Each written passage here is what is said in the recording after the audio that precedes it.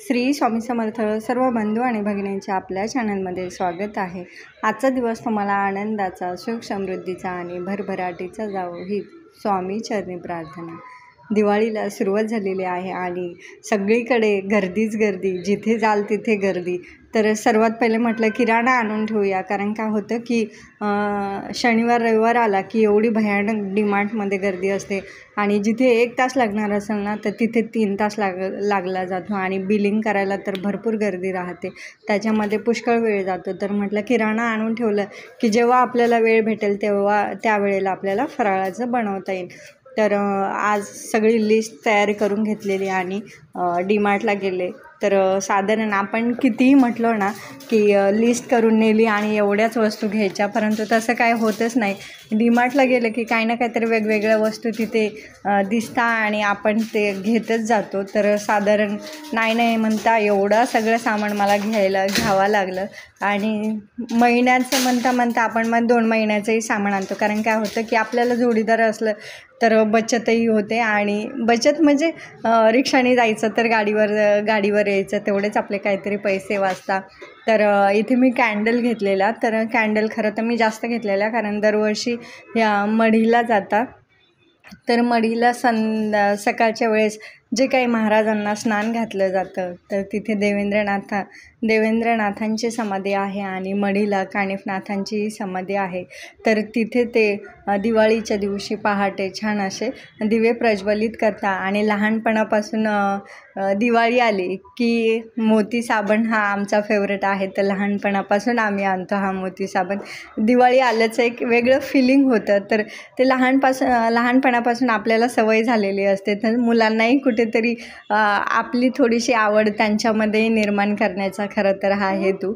आणि तिथे गेल्यावर एक मला दिवाही दिसला, तर हा पत्र्याचा आहे खरं तर आणि छान आहे, म्हणजे मजबूत आहे, स्ट्रॉंग आहे आणि लटकवायलाही आहे। तर तुळशीजवळ जेव्हा आपण दिवा लावतो ना गॅलरीमध्ये, तर एवढी हवा येते तर तो दिवा विझून जातो। तर म्हटलं काहीतरी वेगळं घ्यावं, आपल्याला ही पंतीही लावता येईल। तर समई जर असेल छोटी तुमची निरांजन तर तीही व्यवस्थित त्याच्यामध्ये बसेल या हेतूनच मी घेतली, कारण तो दिवा विझू नये हाच माझा एक उद्देश होता। भले ते मग समई लावू किंवा न लावू, ही आपली जी काही निरांजन असेल किंवा त्यामध्ये फुलवात जरी लावली तरीही चालतं। तर आज दसऱ्याच्या वेळेसच मी सगळ्या साड्या ज्या नवरात्रीत 9 दिवस वापरल्या होत्या त्या सगळ्या स्वच्छ धुवून सगळ्या व्यवस्थित घड्या घालून मी एक तर थप्पीला लावलं असं समजलं तरी चालतं, कारण काय होतं की आपण त्या वर्षभर मी तर काढतच नाही। जेव्हा नवरात्र येते आणि 9 दिवस येतात, 9 वेगवेगळे कलर, तर तेव्हाच खरं तर ह्या साड्या बाहेर निघतात।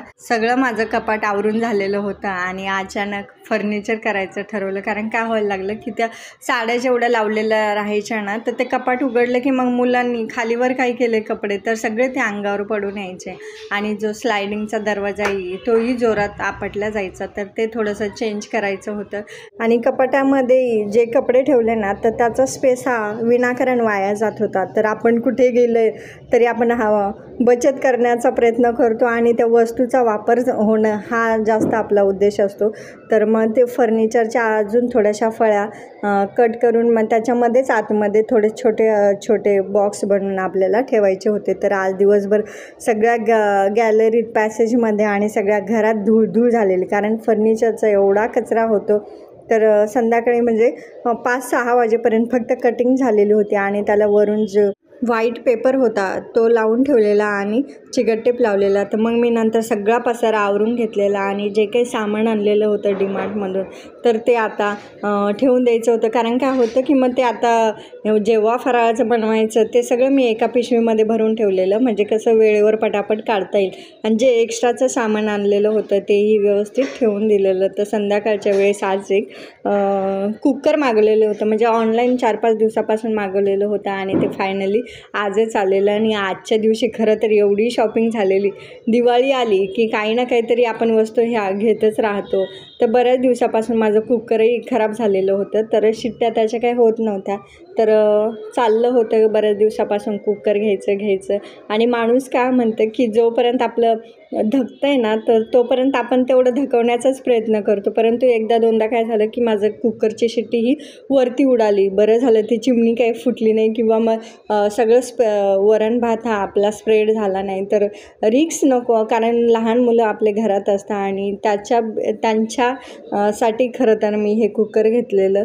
तर साधारण मला हे 5,000पर्यंत गेलेलं कुकर आणि भरपूर म्हणजे छान वाटलं मला आणि मस्त वाटते काहीतरी वेगळं. आपण स्वतःसाठी कधी नाही करत, पण मुलांसाठी खरं तर ह्या गोष्टी, मुलांच्या सेफ्टीसाठी आपल्यासाठीही खरं तर ह्या गोष्टी करायच्या असतात. आणि कधीतरी खरेदी केली ना तर दिवाळी असल्यावर तर खरं तर ही खरेदी होत असते. इतरमध्ये आपण खर्च काही करत नाही. स्वतःसाठी कधी आपल्याला घ्यायचं असलं ना तर आपण कधीच नाही घेत, परंतु दुसऱ्यांसाठी जर घ्यायचं असलं ना आपण 10 वेळेस विचार करतो, चांगली गोष्ट झाली का, की चांगली गोष्ट घेतली का, की समोरच्या व्यक्तीला आवडेल का.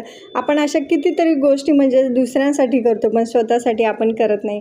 तर बऱ्याच दिवसापासून मला 2 वर्षापासून चाललं होतं की कुकर घ्यायचं, परंतु शेवटी ते आज मी नाही म्हणतात ते त्यांनी, अक्षूच्या पप्पांनी खरं तर ते ऑर्डर केलेलं आणि मला त्यांनी सांगितलं नाही, आजच म्हणजे सांगितलेलं की आज कुकर येणार आहे. तर कुकर खूप मस्त आहे. तर 5-5.5 लिटरचा हा कुकर आहे आणि दोन्ही साईडने हँडलही आहे, तर मजबूत आहे. आणि वरून झाकण ठेवायला काचेचंही एक वेगळं झाकण आहे आणि एक स्टीलचंही आहे. तर मध्ये थोडंसं ते झाकण थोडंसं खाली आहे, म्हणजे जे काय आपलं पाणी जे वरती आलं समजा, तर मग ते पाणी पूर्ण त्याच्यामध्ये साचलं जाईल, म्हणजे गॅसच्या खाली येणार नाही आणि उघडायलाही सोपं. थोडंसं आता आपल्याला नवीन थोडंसं जड जाईल, आपल्याला गोंधळल्यासारखं होतं की ते थोडंसं हँडल करायला, आणि एकदा सवय झाली ना तर मग त्या गोष्टी बरोबर आपण मॅनेज करतो. परंतु आता नवीन ते हँडल कसं करायचं, ते लॉक कसं उघडायचं, तर थोडंसं मला ते जडच जाणार आहे, कारण आपल्याला अशा कुकरची काही सवय नाही आणि मी पहिल्यांदाच घेतलेलं आहे. तर कुकर कसं लावणार आहे तर मी त्याचा फीडबॅक तुम्हाला नक्कीच देईन. आणि संध्याकाळच्या वेळेस मग थोडंसं असंच बाहेर गेलेले मैत्रिणीसोबत, तर तिथे छान असे तोरण दिसले दाराचे, तर मैत्रिणीला घ्यायचं होतं. तर मग आम्ही साधारण 175मध्ये 3 घेतलेले आणि छान, म्हणजे त्याच्यामध्ये लाईटिंग पण होती.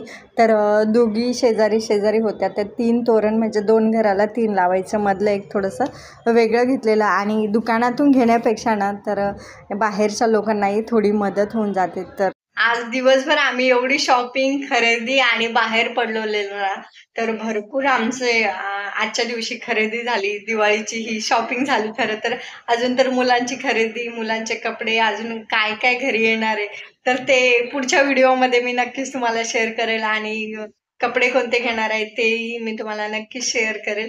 तर आजचा व्हिडिओ तुम्हाला कसा वाटला ते नक्की कमेंट करून सांगा आणि उद्याच्या व्हिडिओमध्ये आपण नक्की भेटूया. तोपर्यंत श्री स्वामी समर्थ.